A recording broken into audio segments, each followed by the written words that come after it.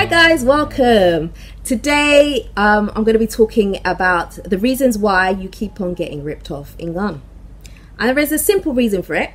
I think those of you from the States probably don't have so much of a problem as those of us that are from the UK, simply because in the States you are very much used to tipping, from my understanding. I've never been to America, but from my understanding you guys tip quite a lot. It's like an everyday occurrence.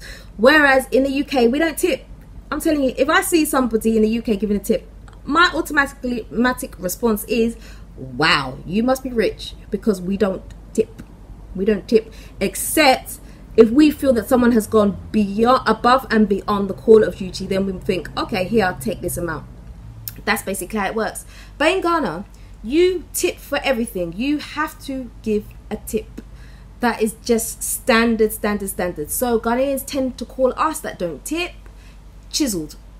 They say that we are chiseled, and so therefore, because we are chiseled, they will look for any opportunity to take money from you another way. So in their minds it's like, okay, so you won't give me, okay, I'll take it another way. That is why when you're building your house and you've got people coming to work for you and you don't give them what they feel that you should give them, they will, instead of using 10 bags of cement to do your thing for you, they will use 8, and they will keep the other 2 bags as their own money. That's what happens. It's normal. That's what happens. Okay, I've said this before on many videos.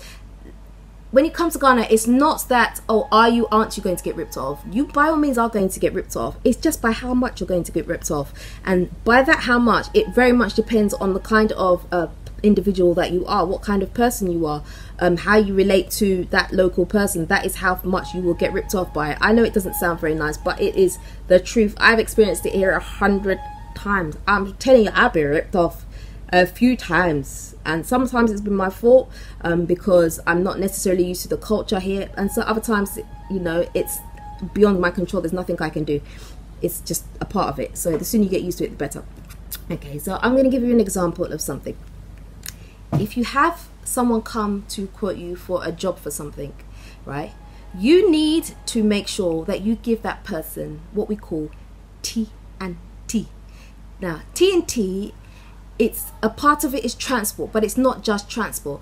It's almost like saying thank you to the person. I guess it's a way of tipping the person. As to what that amount is, you have to kind of gauge that for yourself.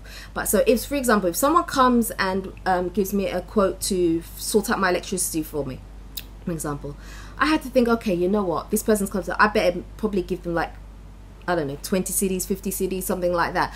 Because if I don't, if I need that person to now return and do the job because I didn't give them anything for traveling out of their way to come and help me, even though they're being paid for a job, to come and help me, the next time they come, they'll probably try and think of another way to extort money out of me. Maybe the word extort is probably a bit harsh, but they will think of a way to try and get some money out of me, because the first time around I was too chiseled.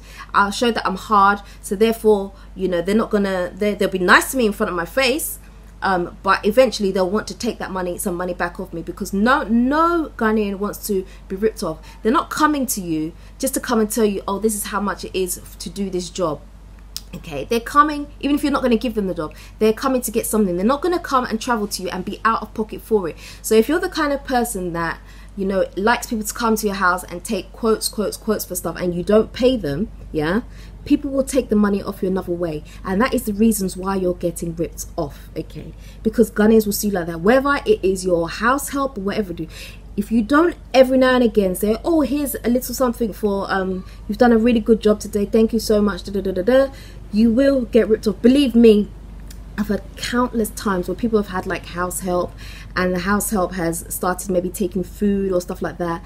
They do it because it is survival of the fittest sometimes. That's how people see it. If you're tight, even though you're paying them for a job, they don't necessarily see it just straight that way. They will see it as in, this woman doesn't appreciate me, you know, she doesn't think of me, so I'm going to do things my way. And this is not a negative video.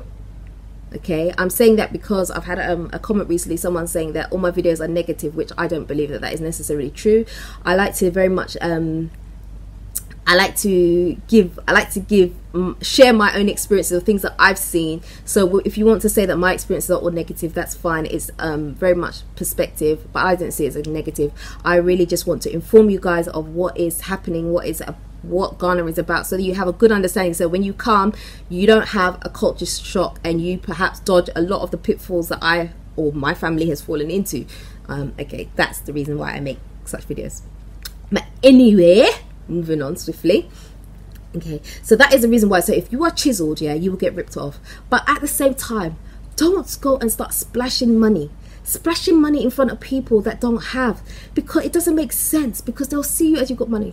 I'll tell you what, I remember I had someone contact me from YouTube, and we met up and we became friends and stuff, and I went out to dinner with them, and they left a tip for the waitress afterwards.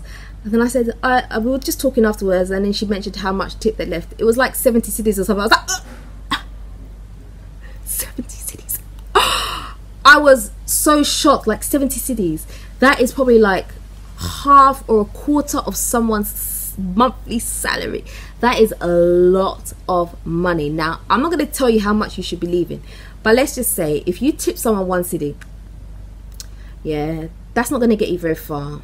So if you're going to tip someone 1 cedi, just be ready that 1 cedi in the UK equates to what, 20p or something like that. How much is that in the UK? I don't even know. It's basically peanuts. You could drop it and you wouldn't know. That's how small 1 cedi is. As to what you want to tip, it's really down to you, but you do have to be careful that you're tipping.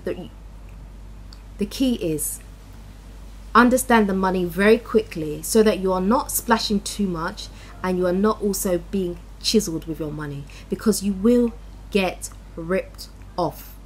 The only times I would give someone 1 cedi is if, for example, I see someone on the street and I feel, you know, I feel in my heart to give the person, I might give 1 cedi, I might give whatever. That's down to me. But if it's for a service and I want the person to come back and to help me again, I can't even think about giving 1 cedi. Depending on what the person's done, you have to give them something, especially when it comes to works in your house or works on your car or any type of work. If you want to ever see that person again, yeah, you better learn to give some money over, because otherwise they will not favor you the next time. And the next time you need them, they will come and do the job for you, right? Either they will inflate the price, or they will come and do some bogus job so that you will call them back again. Basically, you have to make friends with the person. Okay, so you must do that. So if you don't want to get ripped off, please take heed to what I'm saying. I'm very serious.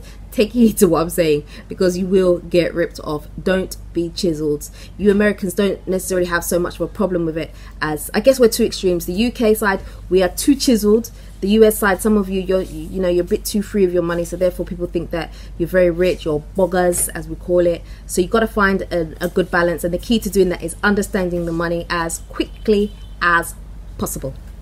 And that is enough for me for today, guys. Until next time, I'm out.